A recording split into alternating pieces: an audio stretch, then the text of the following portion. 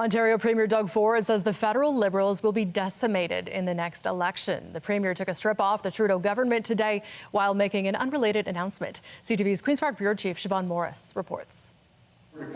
Handing out cash to Milton to help with housing, the Premier took a moment to rail against the federal government and a constant irritant. You know, the carbon tax is the worst tax you could ever put on the backs of people. A burden he stresses will get heavier on April 1st with a scheduled increase to the carbon tax, expected to add about 3 cents to the cost of a litre of gas. Guys, wake up, smell the coffee.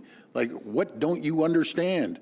Cancel this carbon tax, put it on hold, do whatever, and if you don't, the people of Canada are going to annihilate you when the election comes up. Simple as that. But it's At an unrelated event just outside where the Premier was speaking. The only reason that Ontarians pay a carbon tax is because Doug Ford cancelled cap and trade, which also eliminated over $3 billion for revenue that would go to fund healthcare and education. Talking up payments Canadians receive to make up for the carbon tax.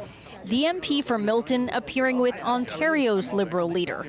Bonnie Crombie hasn't yet nailed down an approach to carbon pricing or reducing emissions. We will make polluters pay, but it will be affordable for families. So we've got an expert panel struck to come up with suggestions for us on what is the direction we will go. And certainly cap and trade is something that would be considered. Members of that panel will be named in a few weeks.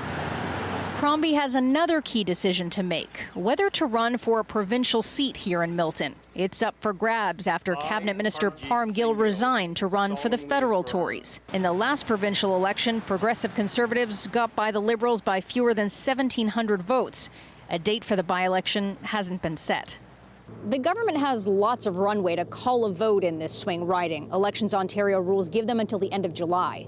In Milton, Siobhan Morris, CTV News.